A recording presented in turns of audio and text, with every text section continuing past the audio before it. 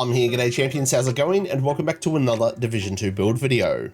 Today we're going to be taking a look at an all-red Pestilence build. Yes, that's right champions, Plum knows how to run those squishy builds too. Well, sort of. I'm never going to bullshit you, I just really don't enjoy the whole 6 red glass cannon stuff. It's kind of boring to me. But sometimes, Thanos snapping NPCs and vaporizing them, it's just too good. Firstly though, I do want to flex in the shooting range for a second. I think I've found the ultimate combo to reach the highest possible pesty tick when solo. A massive, a crazy, an insane 1.825 million per tick. Oh shit. However, this setup is using the soy knee pads and I think it's lacking that initial DPS. Also, it does force you to play this build a certain way to keep those super high ticks. Because of the way this build works, I think it's unrealistic to reach those ticks in everyday gameplay. So I've done the smart thing and I've compromised on some of that tick damage and increased our base DPS. But don't worry champions, we're still going to be able to reach a crazy 1.558 million per tick. Nice. Cue that motherfucking montage. This isn't going to go well, is it?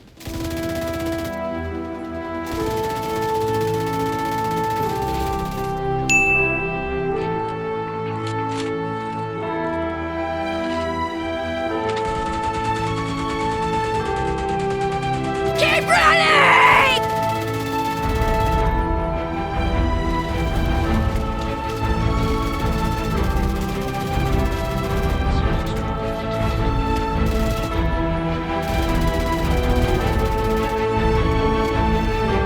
Hello there.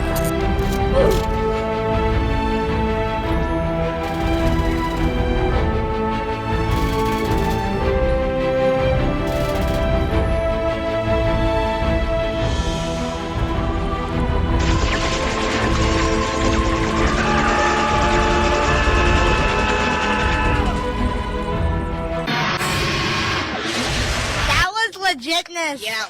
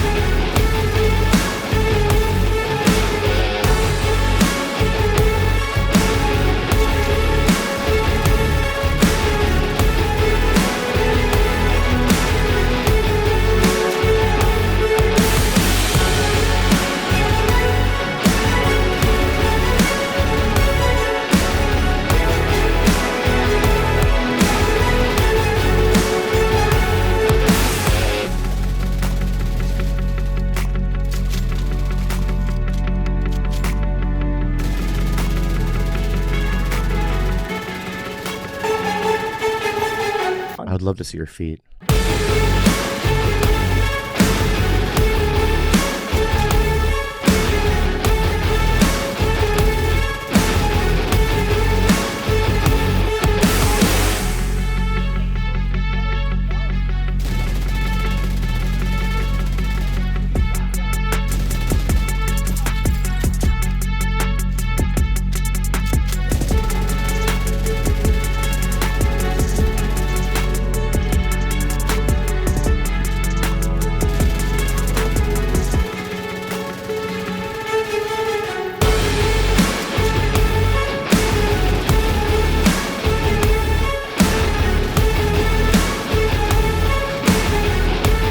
You guys, I'm done.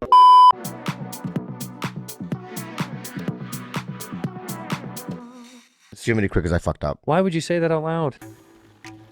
How's that for a little taster of what the build has to offer? Very nice execution. Look, as I said before, I'm not great at running these squishy glass builds.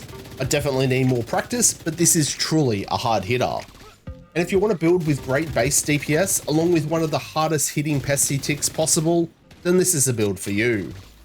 But before the build, welcome back to all you amazing subscribers. And if you're new to the channel and you're enjoying the content, make sure that you smash that subscribe button. If everyone can take a second to engage with the video, a like, a share, a comment, it's all going to help with the magic and the wizardry of the YouTube algorithm. We've got another 200 like goal on this video. Reaching that goal would be absolutely amazing. If you're looking to support the channel or myself just a little bit further, we've also got channel memberships. Click the join button below to see all the perks.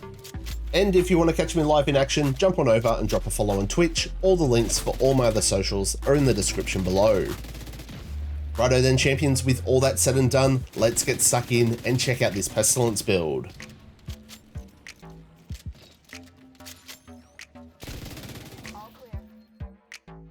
Six reds, no blues, no skill tiers, and we are at a very squishy 749k armor. Now this setup is going to definitely take some time and a lot of luck from the RNG gods. We're going to be rocking 3 pieces of Lengmo, 1 Walker and Harris, the Contractor's gloves, and the Fox's prayer knee pads. This is the setup that will give you an insane 1.558 million per tick. Now that's a lot of damage! Your Pestilent ticks work off weapon damage, so you want to stack as much weapon damage on this build as you can. I've tried a bunch of variations of this build, and this setup's not only user-friendly, but it will still provide you with some of the biggest DPS and some of the biggest pesty ticks possible. While the Pestilent ticks aren't the be-all or end-all of your build, it's really fun to have a setup that's got big damage from your bullets and those massive tick numbers too. For our specialization, I'm going with Gunner, mainly for that 10% armor on kill. Every third reload is 50% faster. Because we do chew through ammo pretty quickly on this build, getting some back every 60 seconds is very helpful. And our rate of fire is increased by 5% on kill for 5 seconds. The great thing about this is there's a few different ways to proc it. Our skills can proc it, our bullet damage can proc it, and the Pestilence tick.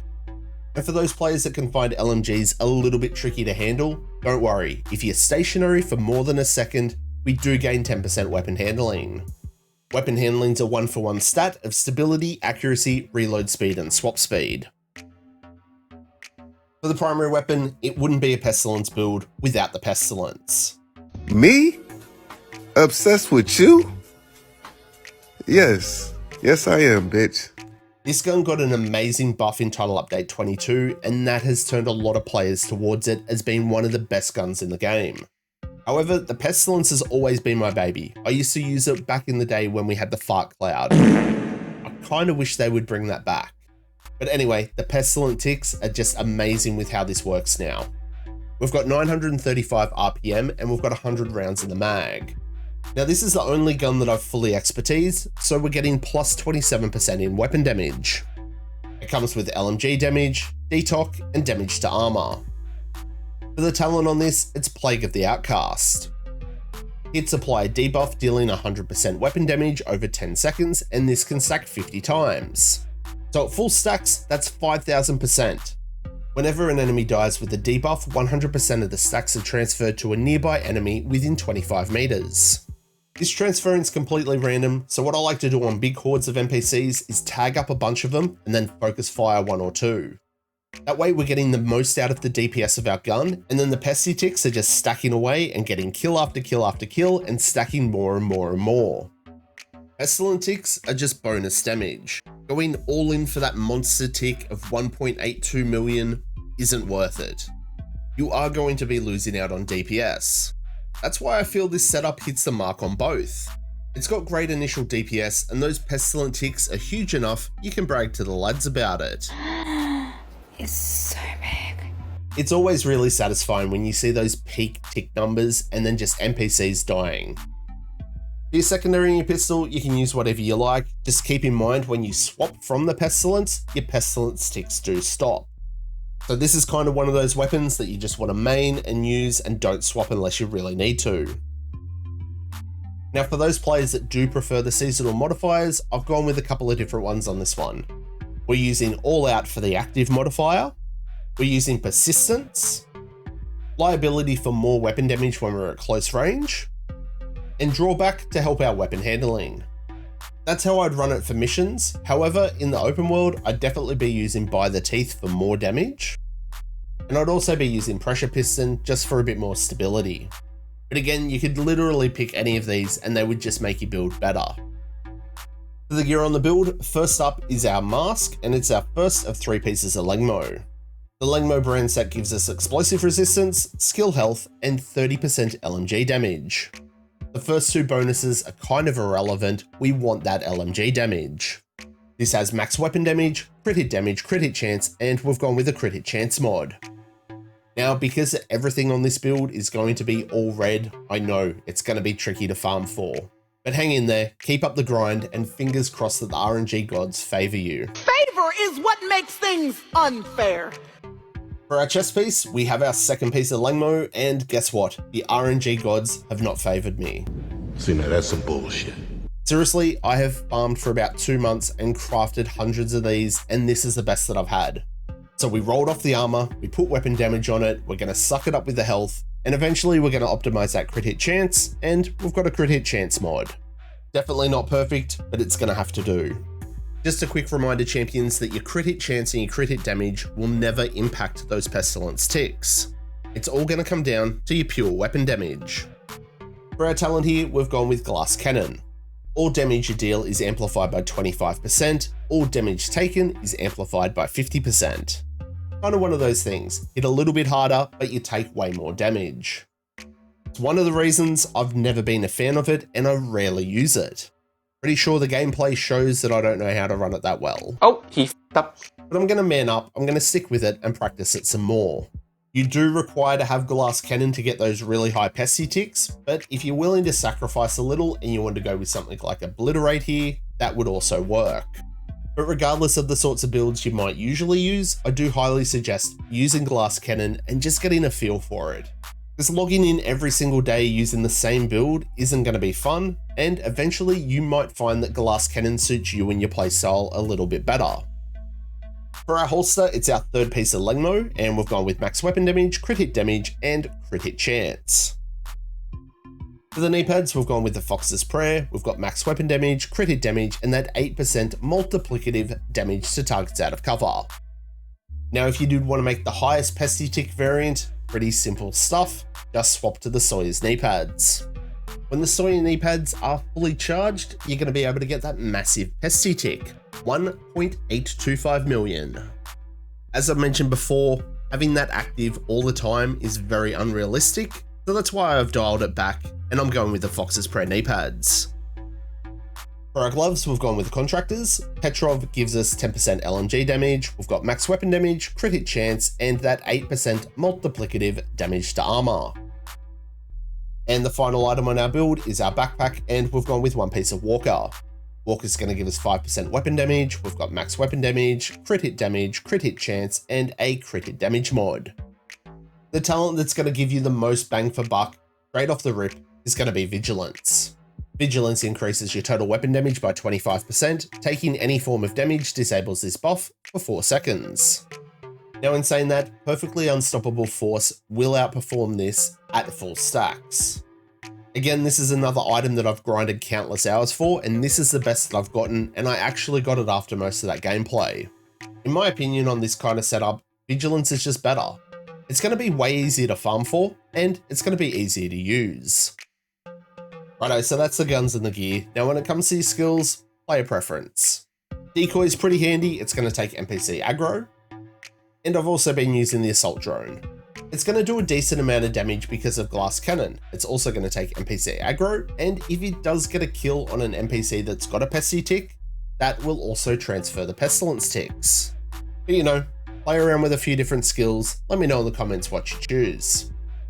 Righto then, champions, fine print time, let's check out the stats. 48.8% crit hit chance. However, if we do max out our chest piece, that will take us to a very comfortable 52%. And in a perfect world, all our hard farming would have paid off and we would have gotten a chest piece with 12% crit hit damage on it too. But the RNG gods just aren't in our favor. We have 132% all weapon damage and we have 70% LMG, totaling a massive 202%. That's quite big. Remember that the Pestilence ticks deal and transfer 100% of our weapon damage, stacking 50 times. So those pesty ticks are dealing a massive 6,600% weapon damage. That's why we can get those ticks of 1.558 million. Impressive. And just to round it off the defensive stats, there you go. We are super squishy, but we get a little bit of armor back. So that's the build, champions. You saw the layout on how to get the highest pesty tick ever of 1.825 million. Damn! But I prefer to run with a little bit more freedom. So dropping a little bit of tick damage to gain more initial burst DPS, I feel is the better way to run the build. While I'm not great at running glass cannon, I'm still going to use it so I can hone my skills. Who knows, the practice might just pay off. Bullshit? Bullshit. Seriously, this is a build that's got some insane damage for any content, regardless if you're a solo player, you play in a team, you play with directives, or even those seasonal modifiers. You're going to be vaporizing NPCs and having a lot of bloody fun. So what do you reckon? Are you going to be a champion and have a crack at this build? What modifications would you make? Let me know down below. Thanks for tuning in, champions, and make sure that you show your support by smashing the like button on this video, and if you haven't yet, please subscribe. Everyone's support is always greatly appreciated. Remember to stay frosty, keep looting, shooting, and giving them hell. I really hope to catch you all in the next one. I'm Plum out.